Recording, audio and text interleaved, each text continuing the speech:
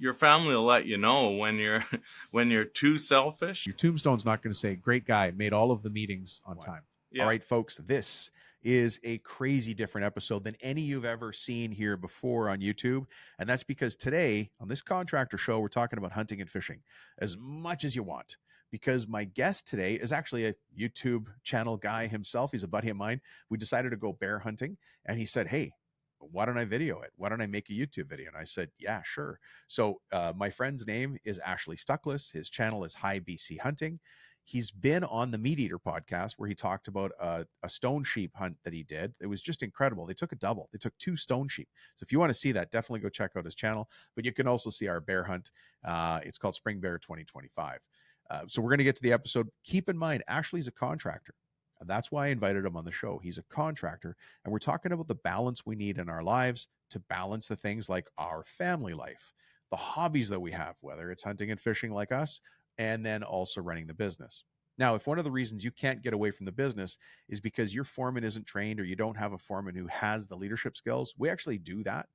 So send me a text message if you want information on the next foreman training call. We do an info meeting. It's very casual. Just come and figure out what the agenda is for the training. And you just send me a text if you want to get on the wait list. Just say foreman training when you text me. And my cell phone number is 206-761-0471. All right, let's get to the episode with Ashley Stuckless. Mr. Ashley Stuckless, how the heck are you? I'm doing good, Dom. How you doing? I'm good. The last time I saw you, you weren't as nicely cleaned up and shaved. Well, I'm still a little scruffy. I bring it back with me. But yeah, we were in the backcountry last time we got together. Yeah, what a great hunt that was, man. Super fun. Yeah, and you got wheels on you. Not bad for an old guy. Not bad for an old guy. I'm an old guy too, and I was like, I was panting in the back. I was like, oh my God, I got to keep up to you and Spencer. Well, you did great, actually. Like, really impressed. Yeah, well, you saw how hard I was working out to just train for that and the elevation gain and the, yeah. Well, yeah, for sure. And I seen it in actual practice out there. It did pay off. So, because I wasn't going light on you. I was just putting a line and you were right there with me. So it was going fun. On our, yeah, doing what we do. So far, people don't know who the heck I'm talking to. So maybe I should slow down for a second. Okay. You know, we're going to be talking to a bunch of contractors here today, and you're a contractor as well. You deal with big, you know, civil projects. But I've got you here to talk about the balance, the work-life, hunting, fishing balance between that and being a contractor. But before we get to that, let me ask you a question. Can I? Yeah. Fire away. Who the heck are you? And how is it you come to be speaking to all these forward-facing contractors? Who am I? Well, I've been in the construction industry for my entire working career, which is about 25 years now. I've mainly focused on the oil and gas industry, and recently I'm doing sort of heavy civil structural projects in Vancouver here. So, you know, that most of the skills are fairly transferable. I have an engineering firm. We have a small group of dedicated engineers that work with me and my business partner, and yeah, we've had that going for about 6 years, that business, and it's been doing well for us. Yeah. So you're used to this world. You know, we're talking to contractors here, and typically they're working so hard they forget to take the time to do 2 things. One, take care of their family, and second, get out fishing and hunting. Yeah. I mean, we all get caught in that trap for sure. I mean, like I'm, you know, very dedicated to my backcountry pursuits, but I am even more dedicated to my family. And as, you know, kids get older and sports programs get more complex and demanding, and yeah, there's a lot going on there. Yeah. So let's dig into your background a little bit, because at least some people will have heard your voice before, if not seen your face, because you've been on a couple of pretty high profile shows. Yeah, I have. I've recently been, you know, starting to sort of get picked up with my, you know, my side gig of filming backcountry hunts and backcountry adventures. I've been picked up and on the Meat Eater podcast recently. I've been you know, uh, a ton of different podcasts in Western Canada that is Yeah. in the hunting space. I've been on specifically talking about the technical side of filming. I mean, my job's quite technical, so I kind of have You like dove that down the stuff. rabbit hole of that. Yeah. So yeah, So, and you have a show on Wild TV, or I do. Yeah, you had High it. BC. Yeah, High BC's on Wild TV. It started on YouTube and got Hang, picked up a couple of years ago for that. hang on a second. What's the name of your channel? High BC? High BC. Yeah, Huh. it's Tell us more about what High yeah, BC it's means. interesting. Yeah, it's I was surprised the web domain was still available, honestly, Yeah. but Yeah. yeah, it's about high country, backcountry hunting, so high British Columbia. It's Yeah. also a double entendre and possibly a triple entendre with with what you're referencing there. That would be Um, 420 BC. yeah, the 420B. I'm pretty sure that one would have been gone. Yeah. Yeah. Yeah, Um, yeah, but I think you told me when we were on the mountain, high BC also stands for high ballistic coefficient. correct. Yeah, that's the double entendre. And we do a lot of long range training, and when we're not hunting in the hills, we're out shooting long range with high ballistic coefficient bullets and nerding out on ballistics. So Yeah. I don't know if people saw the clip of me missing that rock, that huge well, Volkswagen. I have the luxury of seeing things in full frame and uncompressed from what happens when it goes online. So Yeah. you actually hit the rock, but you hit the very low edge of it. The very You actually cut off a weed that was right beside the rock, and actually, that was the intent. I really wanted to clean up the landscape for everybody yeah, else. you did a Yeah. nice job. That rock really pops now.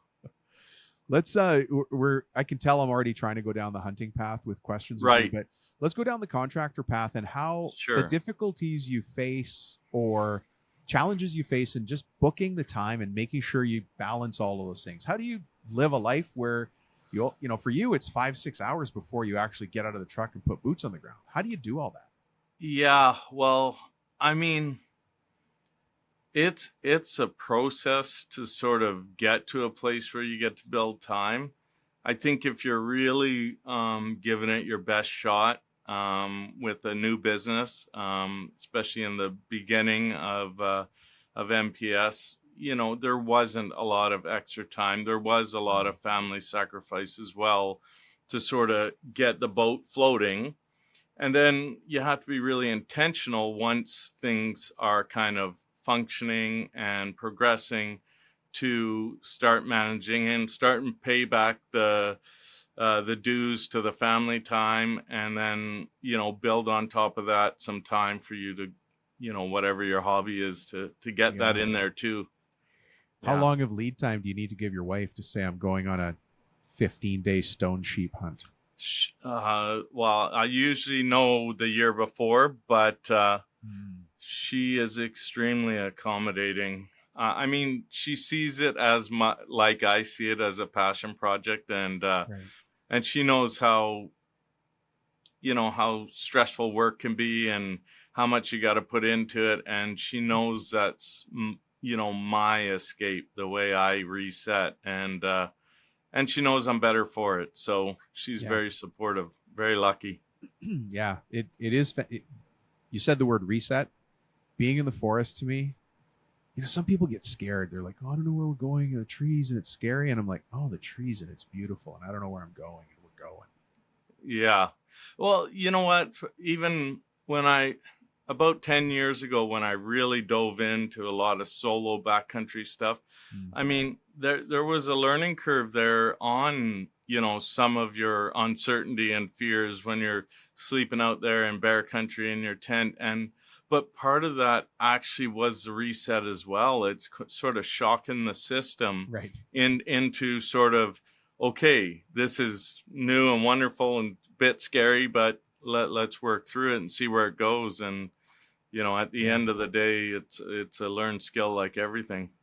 Yeah, it is to sleep alone in your tent when the bears are out there. And we're not talking about black bears, folks. We're talking about Yeah, there's a lot of grizzlies. A lot of grizzlies. where You know I what I think hunt. we've got a lot of listeners in different places in North America. So different styles of hunting. You got Texas. And Right. Texas has got a bunch of zones. So what Sure does they it do. mean to be a Western style hunter? I mean, being a Western style hunter is typically equated to, more mountainous or broken terrain. It Hmm. means getting away from roads. There's some species that are synonymous with the West. And, when you start getting into those species where you're hunting mountain mule deer, where you're hunting mountain goats, where you're hunting stone sheep, uh, that's sort of where you're going with Western hunts are carried on your back. It's Yep. we go in for our sheep hunts. It's a 10-day hunt. We'll have 60 to 70 pounds on our back On your going back. in. It's a lot. Yeah, on our back going in, and then if we're fortunate enough to harvest, then It's a lot more coming out. coming out's a big number. Yeah. Yeah. It's funny because Yeah. I hear people saying a Western style hunt in Nevada. And I'm like, okay, Yeah, I it's guess. there. Oh, It's there. there. It's Oh, there. yeah. Maybe paint a picture for people that, and of course, we can see all this on your YouTube channel. You got a fantastic channel called High BC. Yep. But what's the typical terrain, or maybe the terrain you and I were in when we were hunting bears? Explain that to people. Yeah, well, we're in so we're in mountainous terrains. We're above tree line. Our hunt was fairly high for the region we were in. It was basically tippy top of the region we're in, within a couple 100 feet of the highest peak in the entire region of elevation. And you're talking open meadows and avalanche chutes and rocky cliffs with views. Lots of time sitting with your binoculars up and just just looking at the landscape. Mixed pine forest and spruce trees and river everything. valleys. It's really the landscape's pronounced in everything, right? So the river drainages are cut deep. Yeah. The avalanche chutes are scoured into the sides of the mountains pretty hard. So, you're sitting up there. You can actually see how the top of specifically the mountains we were on, have been had their tops ground off when the glaciers had come through that area. So, hey, you guys know I love to hunt and I love to fish. And every time I head out in the backcountry, I've got 3 things with me in the truck. I've got my rope, I got my shovel, and I got my axe. I know I can get out of any situation with that combo. And it's funny that number 3 shows up when you want to plan for the greatest year you've ever had. 2026 is the one I have in mind. Listen, if you want 2026 to be your best year ever, I want you to be thinking about how to be healthy, wealthy, and wise in 2026. Get the worksheet from me. It's called the Healthy, Wealthy, Wise Planner. Now, I've got a new cell phone number. Please write this down and text me so you get the planner. My cell phone number is 206-761-0471. And as you know, just say healthy, wealthy, wise, and boom, off it goes. Thanks. So I think one of the coolest things we had there was those coyotes that we saw running across the landscape. It must have been that was really neat. Maybe half a mile away chasing groundhogs, and you could just see them streaking across the landscape. For sure. That was really cool. And you don't see them a lot in the high country. We heard them earlier that morning too, and then I was fawn calling them. I know, and I thought it was a fawn because I went to get water. Hey, so that's a good. I came back and I'm like, hey, did you guys hear? There's a fawn calling, and the coyotes were on it. I think the coyotes got a fawn. Yeah. Well, I was like, no, I was the fawn, and I was just trying to pull them in because it was super foggy. But no luck pulling them in then. But they came up through. Which they may have still a couple hours later felt they needed to come and sweep that area to look for that fawn. So deep in the backcountry. So you're when you're preparing for a backcountry hunt, all of this stuff happens at home while you're trying to balance the life of being a contractor and all the invoicing and meeting job deliverables, holding people accountable. You're still getting your pack ready, right? You're still preparing everything. Yeah, it's preparing both myself, like whether it's fitness or doing rocking hikes and weight training. And fortunately, my wife is also likes to work on her fitness, so she'll join me. Like I'll change the hike to make it more accommodating for her because she doesn't love the steep and deep as Sure. much as I do. And but that's a way to make a small compromise of where I would choose to hike to get to spend more time together and still be Yeah. building on getting the reps in. Yeah. And like you said, Yeah. a ruck really, I mean, just doing it on flat ground is the same as, or you not the same, but you still get a workout. It's You don't have similar. to be, You get a workout, and yeah, it comes down, you're really focusing on certain body mechanics in your hip flexors and stuff that tend to let you down if you don't train before you do a hunt. hey, listen, I And trained and my hip flexors just went wild that yeah, first day. I couldn't believe it. they can scream at you pretty hard when on the pack ends, right? That's what it's all about. You're working it, and those hip flexors start wanting to shut you down. So even flat rucking, or not necessarily flat, but more rolling hill kind of rucking, still builds in that muscle memory to keep you pretty strong in hip flexors and core. Yeah. Yeah. Yeah. So I learned a couple things on this trip, and I want to tell you what those things that the lessons I learned, and have you comment on some of them, because to you, I think it feels like it's just second nature to you. We're all learning. Yeah. Yeah, we're all learning. Well, if you remember, I was worried about my gear being dialed in. Right. You were. Right? Yes. I was really worried. I got a new pack. I got like a Mystery Ranch pack, and the pack was fine, but I wasn't dialed in on the pack. Right. And then the stove, I have a different kind of stove than the one I brought, and I'm totally comfortable with my other stove that's good for colder temperatures. But that Zip Boil, I think it's called. Yeah. Zip Boil? The Jetboil Zip. The Jetboil. Yeah. Sorry, the Jetboil Zip. Yeah, when you're preparing for the hunt, how much prep, because you're still working, you're still running a contracting business. How much time do you dedicate to research while you're at home on all of these new tools and gadgets and making compromises on weight? I gotta, honestly, I'm a nerd about all that, but I also fit it in with time. The family's always doing things, always dynamic. If I get a half an hour, it's never wasted. Right. I don't take a half an hour and just kick my feet up and throw on the boob tube. You know what I mean?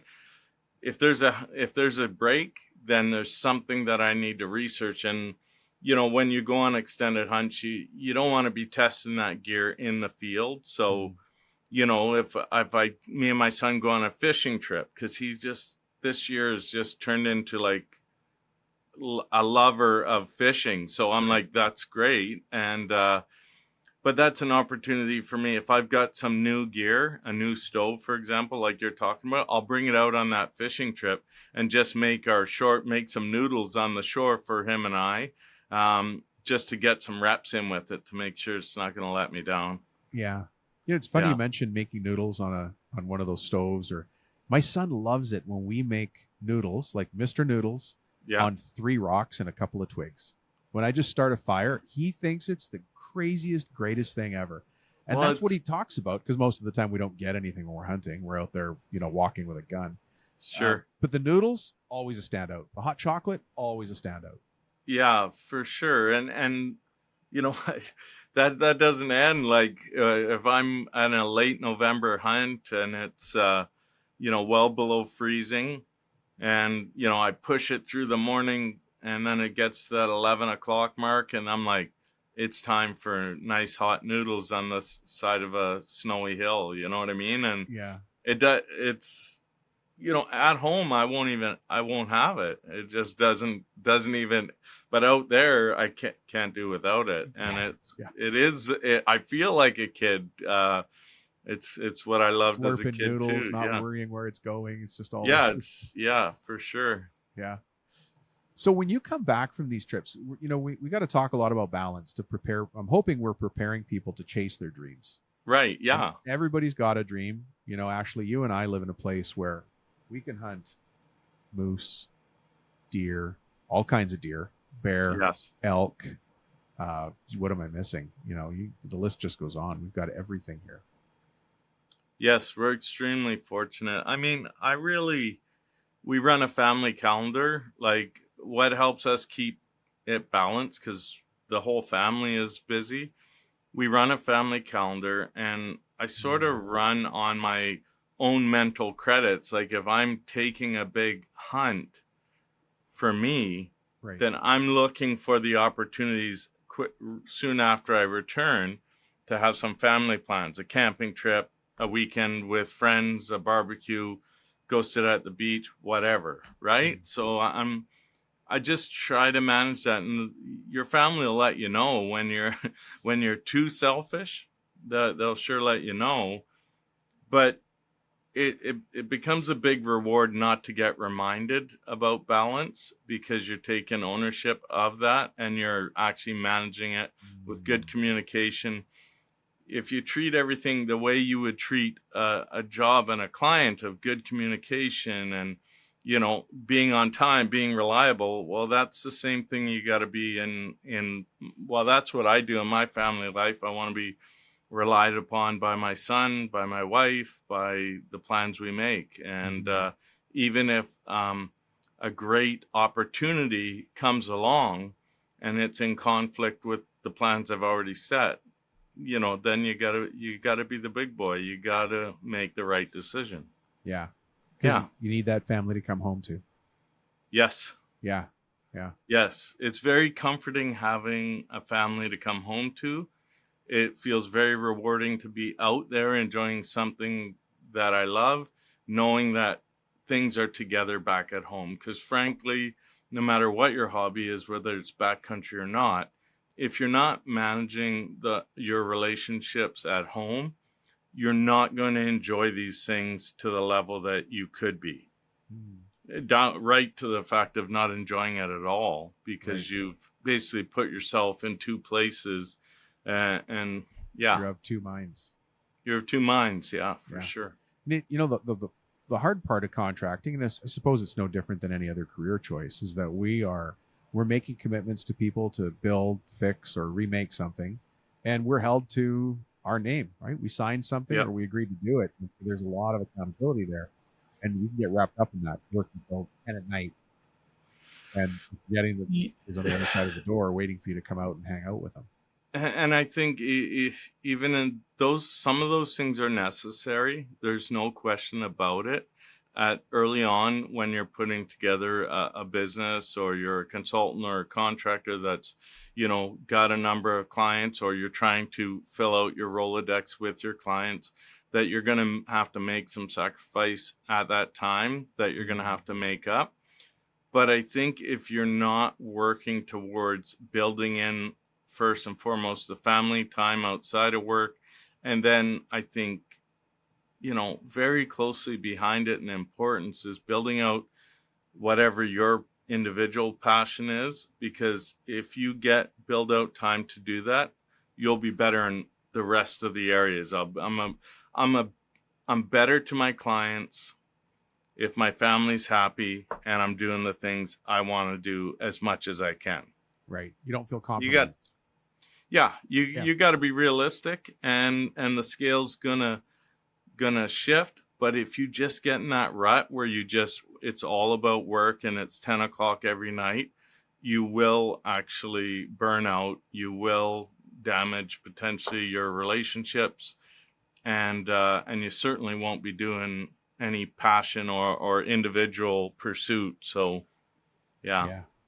There's so many hobbies wrapped up within your hobby, and I think one of the ones that a lot of people here also have is around their guns. Yeah. What were we shooting up there? Because there was no recoil, and you were reaching out 700. Tell me, what was the number? 730, I think it was. 730 yards. Yeah, so it's pretty good poke. Yeah, I mean, I've always been sort of a nerd on the technical side. Yeah, like I you're a said, gear I nut. You like, gear. yeah, I'm a gear nut for sure. And that goes for everything, but, with these rifles, it's been sort of noticed in the community that I'm a bit of a gear nut, and, that I like to zero down specifically on firearms and ballistics. And then, so I got picked up by Fierce Firearms as a sponsor. Right. which is a U.S. company that builds some really nice rifles. So, they've sponsored the show. I manage their Canadian social media, so that's Oh, more okay. time stuff too. Yeah. And so we're shooting a Fierce Rival 7 PRC out there, which is a pretty nice gun with a Zeiss V6 4 to 18 by 50 scope. Yeah. What's the maximum range with that with that cartridge in that? Like for terminal performance, like a for decent harvesting, shooting a deer. Yeah. I mean, I have an ethical limit of 600 yards as the absolute furthest I would shoot terminally. I'm still punching 1,200 foot-pounds of energy at over 1,000 yards. So you really could. I mean, not that you want to, because part of hunting is trying to get close enough to make this.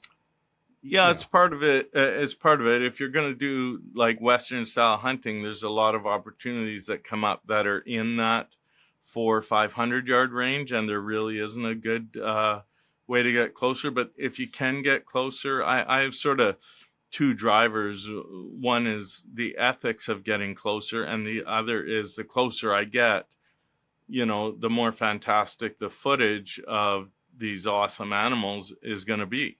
Yeah. So even if I'm not even thinking about harvesting an animal, I'm still thinking about how to capture them, as close as possible on camera. Well, you and I dropped. We saw that chocolate-colored brown bear. Yeah, he was a big boy. Or what did you call him? He's a big boar. No, he was a what? Did you call him schmedium or no schmediums? We don't go after schmediums. So a small medium bear we don't go after. Right. He was more of a marge, but he was closer. He was on the bottom end of a large actually. Okay. But he definitely wasn't a schmedium. That was a very healthy, mature boar. Black bear that was just beautiful chocolate color. Beautiful chocolate color. He came out, looked like a bowling ball rolling across that hill, and he was not bothered by anything. And who spotted him? Oh, that guy. What was his name? I can't remember now. Yeah. I think he's here. He's happy to be on the team, Coach. Just put me out there. No, that was good. That was good. You spotted him, and. Man, it's funny because we were looking over such a huge landscape, and then when that bear walked out, there was no missing him. No, even though he was at that time probably 800 yards away. Yeah, at least probably when he first came out, where you had spotted him come out of the trees there. Yeah, and then we dropped down to try and get him to intercept him. Yeah, and I guess what I was thinking at that point was it's amazing how the landscape changes when you as you're getting closer. Just now we were talking about the ballistics and the shot for placement. Sure. But when you're actually hunting, when you're trying to get closer, things change. You just realize it doesn't look the same as it looks, it is amazing. We're going from a very high vantage point and we're diving down into the basin he's in. So we're losing that advantage for line of sight and stuff. And then we're looking at smaller pockets and ribbons and veins and hoping he wants to play ball. After 2 or 3 hours, it was clear it wasn't going to happen. But not want to play ball. But he was at he was at about 7:15, right near that rock that we shot on the last day. Right. And I said after it blew up and didn't happen, halfway through the next day or whatever, we're still grinding, trying to pick him up again. I said, well, if he doesn't come out before we pull out on Sunday, we're going to shoot that rock over there just to prove it out if we could have shot him from that area. And I think we proved it out pretty nicely. So, I think it was when Spencer, because you had one of your other YouTube hunting channel buddies with us. Yes. Great guy. He's also a lacrosse player. I didn't realize that. He's pretty accomplished lacrosse player, I think, too. Just so humble about it as well. Yeah, he's humble about everything. Except those Hawkins cheesies. He was all about that. I still haven't sent him the bag. Come on, man. That's bad. Like if you make a wager, you got to pay, right? Yeah, well, he's hearing this episode pretty soon. Yeah, I know. But Spencer took a shot at that rock, and then that gopher popped up. Well, when I reviewed the footage, there's gophers running around every shot. Oh, okay. You Every zoomed in. time we shot and hit the rock, there'd be a scatter of 1 or 2 gophers. Those poor things did not know what was going on in their lives. Yeah, I didn't even know they were there till the one popped up right near the rock when Spencer shot. Yeah. Yeah, I could just imagine them yelling, "Who's at the door?" Getting this big They're knocking smash hard. on that rock. Yeah. Fee, fi, fo, fum. Yeah. So you, I've been following you on social media. You've got a great channel. I noticed you were just fishing for salmon. I was. That was a family trip actually. We had went over to Vancouver Island, our biggest coastal island here off BC, and the friends of ours had 3 months ago got this house, and it's right on the ocean, and Nice. it's just like Raw. oh, and no, it's some next level stuff with. I didn't get in the hot tub, but it's like right down on the edge of the ocean and stuff. And he had a fishing boat. So he's got like a 28-foot boat, brand new motor on it. He's all jazzed up about that. Yeah. He's a drywall contractor, actually, a pretty successful one on the island. Yeah. And anyway, we proceeded to go out. We went out on a shorter trip with the family because it was a little rough. But we set some prawn traps and we caught you caught a ton of spot prawns. I think it was 180 spot prawns we had there. Oh, that's a feast. We only had like 20 or 30 more we could have got legally on our licenses. Yeah. So yeah, it was pretty amazing. And then, so the family, they had other kids and friends that were all visiting. There was a big get together. So me and Grant got to go out and really focus on fishing.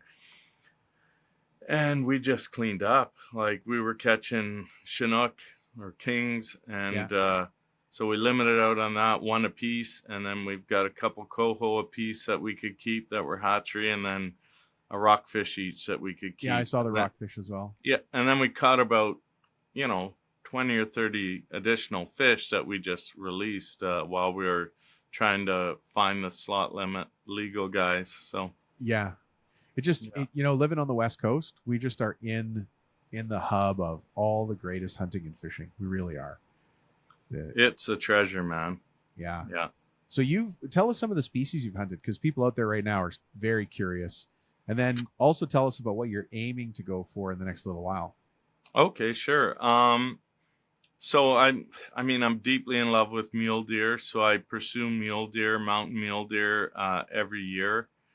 But I hunt whitetail as well here. And then we have Columbia blacktails are a subspecies of mule deer that's in our coast mountains, which are really fun, really difficult to hunt. And then I've put in quite a bit of time over the last couple years, especially on elk, on Rocky Mountain elk. And then I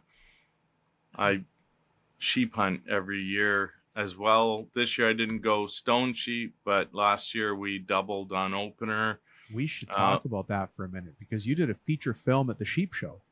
I did. Yeah, they did a screening of it there. The show is called The Highs. Because the show I did the year before in this same area, stone sheep hunting, was called The Lows, because I had actually missed a ram at 200 yards. And this year, which was really heartbreaking, like we all together, I think it was probably 80 or 90 kilometers this year, and that was about 120 kilometers that we hiked for the 10 days we were there. You're crazy. You and I were talking about how far you hunt. Yeah, this is far. Like the float plane dropped us off, and it was about 18 kilometers to where we set up our tents. So you were already in the boondocks when you started hiking. It's not like you just left the Alaska Highway. Yeah, I didn't just leave the Alaska Highway. No, we had flown for 1 hour in a float plane to a small lake. They dropped us in, Yeah. And then a lot of people, once they do the float plane thing, they're looking for a lake near the sheep hills. Well, there were sheep hills right around the lake, but you know, we had done a bunch of desktop, got some help from a long seasoned sheep hunter friend of mine about some of the hunts he did there over the last 30 years. And he hadn't been there for a very long time, but he said, you know, he gave me a couple tidbits, and then we did the desktop on it. And then we're like, yeah, we're getting dropped off with the plane, and we're gonna, you know, hike like we're trying to get away from a highway. So yeah, we Yeah. did 18 kilometers, and then the sheep we got in the highs were another 4 kilometers further away. Further So it than was that. 22 kilometers away from where we got the sheep to bring them out. I'm just going to do a quick conversion for people. 100 kilometers is about 62 miles. Yeah, right. Exactly. Yeah. And you did that all. You walked it. I think part of it you walked in your Crocs. We did a couple about a mile and a bit in our Crocs. Yeah. Just lowland swamp. Is that why you're? Yeah, is all the river crossings. So instead of going on and off, so we had 8 river crossings that creek crossings, but a significant creek. So, you know, at points it was waist high. So it was pretty good. So we just run the Crocs, and then between crossings, there'd be 200 meters of, you know, fortunately the moose and stuff get good game Moose trails down near that. And there's lots of grizzly bears and some black bears in this area for sure. And so the trails were fairly well established around the stream, but away from the stream, like where we went to get the sheep. Yeah, it's just raw craziness. Hey, are you running this business as hard as you can, but you actually feel like you're a chicken running around with your head cut off? It's pretty common, actually. It's happened to me many times. You know what I need to do? I need to slow down and think. Believe it or not, thinking is sometimes the most important and valuable work we can do. What you want to find out, if you don't mind me saying, is your blind spots. Where are your blind spots? What are the things that you actually can't see that are holding you back? So we've got a tool for that. It's called the Blind Spots Self-Assessment. Bang on. How perfect is that? It's 20 questions. It's really not going to take you that long to do. So it's going to be very low effort, but high value, if that makes sense. It's actually one of the most popular downloads that we have. It's called the Blind Spots Assessment. If you want it, send me a text message. My cell phone number is 206-761-0471 and say blind spots, and that way I know which one to send off to you. But look, it's 20 questions. You're going to figure it all out for yourself, and then boom, you'll be on the right path. It's the things you never saw going on in the background that are probably holding you back. Let me know how it goes. So Ashley, there's actually you've got the 2 videos on your YouTube channel, the highs and the lows, but there's a story. You know, you don't want to give away the video, but what's the story behind those 2 videos and that sheep in particular? Well, you know, I think even if I do give it away a little bit, it's still worth it, because it was like you know, from the ultimate gut punch to an unbelievable sort of comeback deal. So like I said, we went into the same area where I'd missed the year before, you know, head slung low all year thinking about it. I saved that empty cartridge, and I wrote "Don't miss" on the side of it, and it sits on my desk. It's just right over there right now.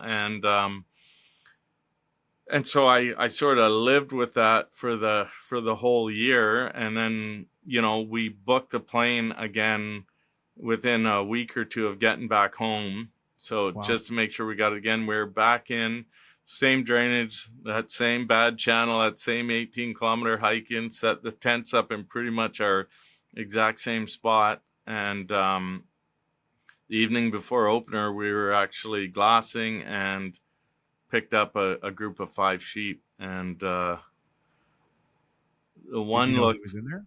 What's that? Did you know he was in there? So not 100%, but he's a very unique looking ram. He's a 10-year-old ram.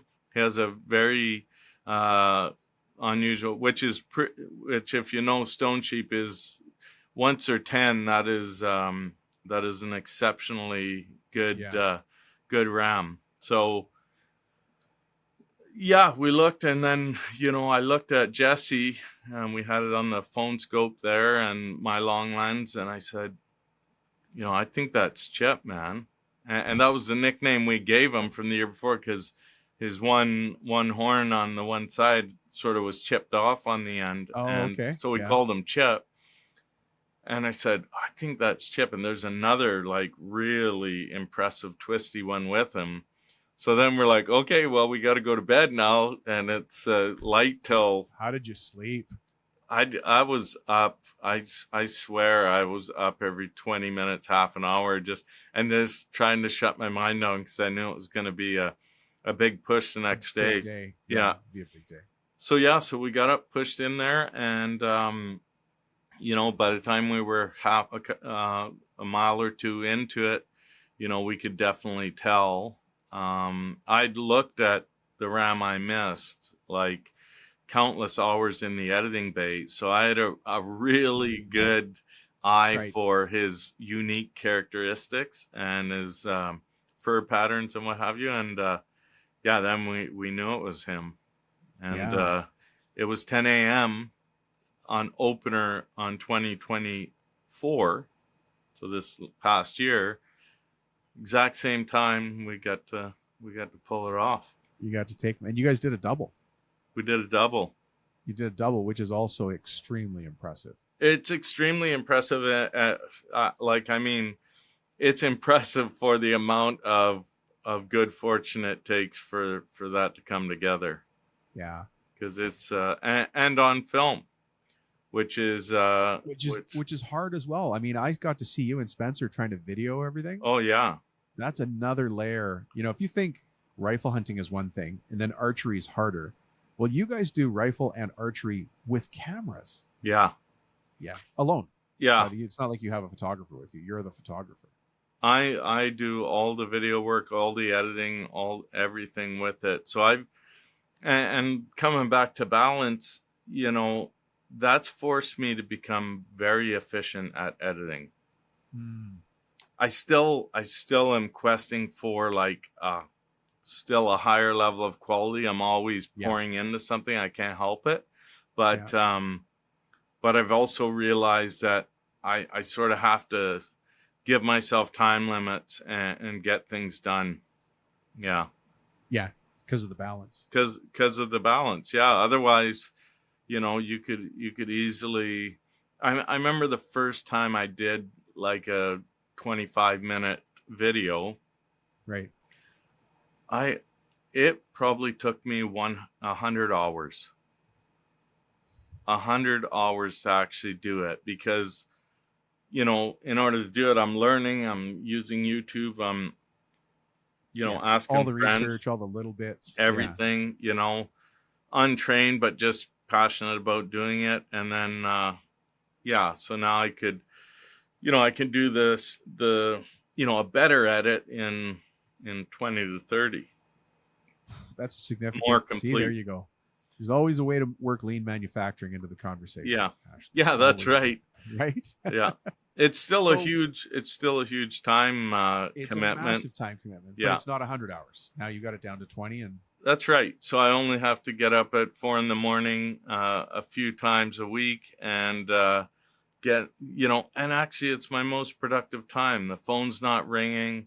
It's complete focus. The family's completely sleeping. It's just hammer it out. Nobody knows you're gone. Yeah. Yeah. What are your future hunts? What do you have planned that's exciting? I've got a few exciting things this year. So I'm just in talks right now with a chassis manufacturer that's basically taken over the market by storm, where they might partner in a film with me, and it's going to be a 9-day river elk hunt.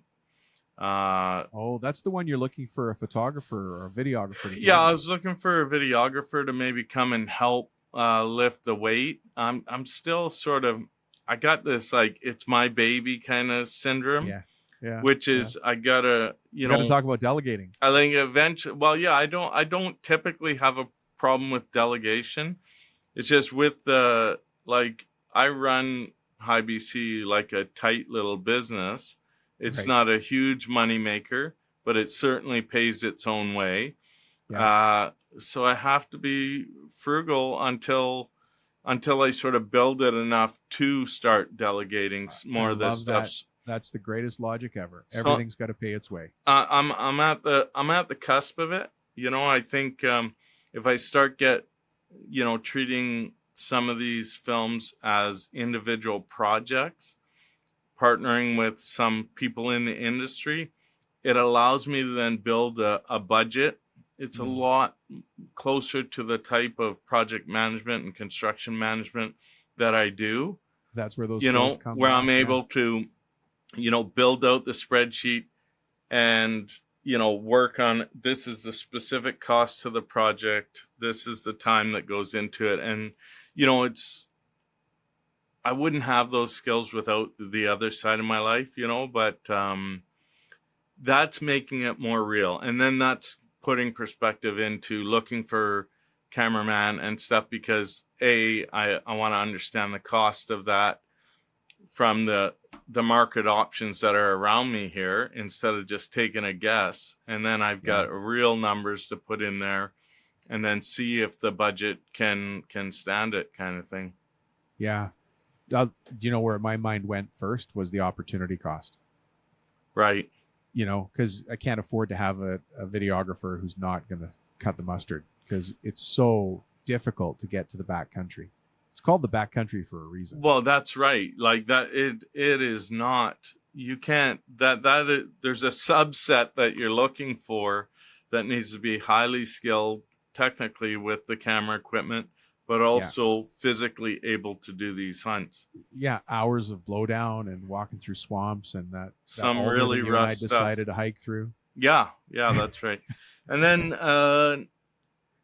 I'm really, really pumped up about an October Rocky Mountain goat hunt.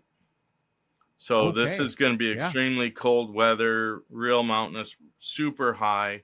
When we chase goats, it's the highest elevations that we'll hunt in, and it's late. Like October is the beginning of winter in where we're going to be hunting. So, it's going to have a bunch of hardship. It's going to be a really fun story to tell. There's a pretty, we've got a reasonable likelihood of success from intel that my buddy has on specifically his personal experience in the area. So I'm excited about that. I also have in October family hunt. My son turned 10 this year. My wife's still trying to get her first deer. So there's a very important family story film that I've been putting together. I put the hunt with my wife out last year. This year's going to have me, her, and Hunter. Well. So yeah, nice. So those are the big ones. In the hopper. Yeah, those are the big ones. And this comes back to the balance. Like, you've got to plan those. You've got to look at the calendar. You have to make that time for yourself. The business has to support you in it. But, at the end of the day, nobody's going to say your tombstone's not going to say, great guy, made all of the meetings on time. Yeah, right. That's right. Yeah. Let's hope not. Let's make the meetings we got to make, but let's make sure that isn't our headline. That's for sure. Yeah. Well, Ashley, I so much enjoyed having you on the show. This is totally different and yet the same, because even though we were talking about contracting and time-life balance, we got into what you and I both love so much, which is hunting. And a little bit of fishing. Yes. So thanks for being on the show. Hopefully we have you back. Maybe next year you and I'll get a chance to head out in the hills again. And I think we got a score to settle. So with Spencer, I think quite possibly. I think he's bought in enough on coming out of there unsuccessful as far as harvesting goes, and I think he's bought in. He'll come again. Yeah. Well, Ashley, it's late, and I know you've got to get back to your family. I have to do the same. So thanks for being with us, and stay tuned, folks. We're gonna have Ashley back again. Thanks. Oh, hey, hold on before I let you go.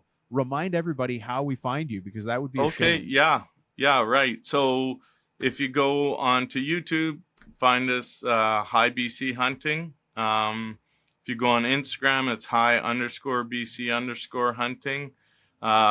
We also have a Facebook group. It's got about, over 9,000 people in it. It's a real friendly place. So if you're interested in hunting outside of the contracting world, come join us on those platforms and join in. It's a real friendly place. And you do backcountry hunt training. I've been on your webinars before where you're walking people through how to pack and prepare. And Yeah, that's a new thing this year. So I think it still needs some polish, but I think the messaging has resonated well because I did the first one with the BC Wildlife Federation and then a couple other conservation organizations asked me to come out and present live for a group of their members. So yeah, it's growing. then I have to ask, what was the name of the video that you and I are in together on? It's Spring Bear 2025. Right. And the Elmer Fudd is not a reference to me. There's an Elmer Right. Fudd there. That's a Yes, reference to that's Spencer. right. Yeah, well, it's, when I launched the video, it was called Hunting with Elmer Fudd. And that was a play on Spencer, who's Elmer Fudd in the thumbnail. Right. It's kind of a running joke between him and I. He wasn't supposed to be there, and it just came together that he was. So every chance I get, I like to take a little dig at him. Yeah, take digs. But that's what it's like to be out there with the boys. You got to have fun, right? Yeah, for sure. But it's Spring Bear 2024 4K, and it's just has Bear Hunt, me, Dom, and Elmer Fudd on the thumbnail. So, yeah. I love it. Yeah. All right. Okay. All right. Now we will wrap up. Thanks, All Ashley. right. Have a great Cheers. night. Yeah, you Okay. too. Thanks. Bye-bye. Bye-bye. Well, Mr. Ashley Stuckless, thank you for sharing your wisdom on balance and being a hunter and a fisherman and a great dad and a great husband and how you balance all those things. I could hear you working through it in your mind, which was pretty cool.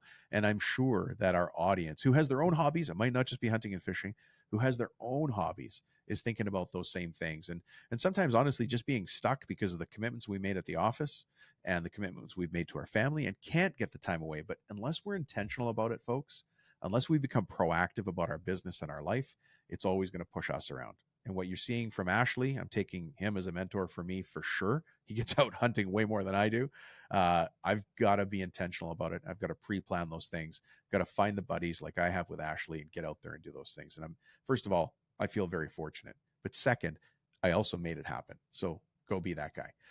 Listen, if you're not able to get away from your shop because you don't have the leadership on the floor, in the field, or in the office that you need, why don't you join us for the information call about foreman and supervisor training? Just join us. You'll see what the agenda is. You and your foreman can talk about it. If you're interested, you are. If you're not, you're not. It's fine either way. But if you're interested, send me a text message to start and just say foreman training. My cell phone number is 206-761-0471, and we'll put you on the wait list. All right, folks, this is Thin Soup, just like the Mr. Noodles that we ate up there in that alpine bowl looking out over that bear. It's Thin Soup for the day that you and I can just have a cup of coffee, maybe at a conference or in an airport somewhere. I don't know where we're going to meet, but we will. Or a glass of wine, depending if maybe later in the day. We shouldn't have wine for breakfast. That's bad. But that's what I look forward to more than this weird thing YouTube channel. But it'll have to do for now. Until the next episode, we'll talk to you then. Bye, folks.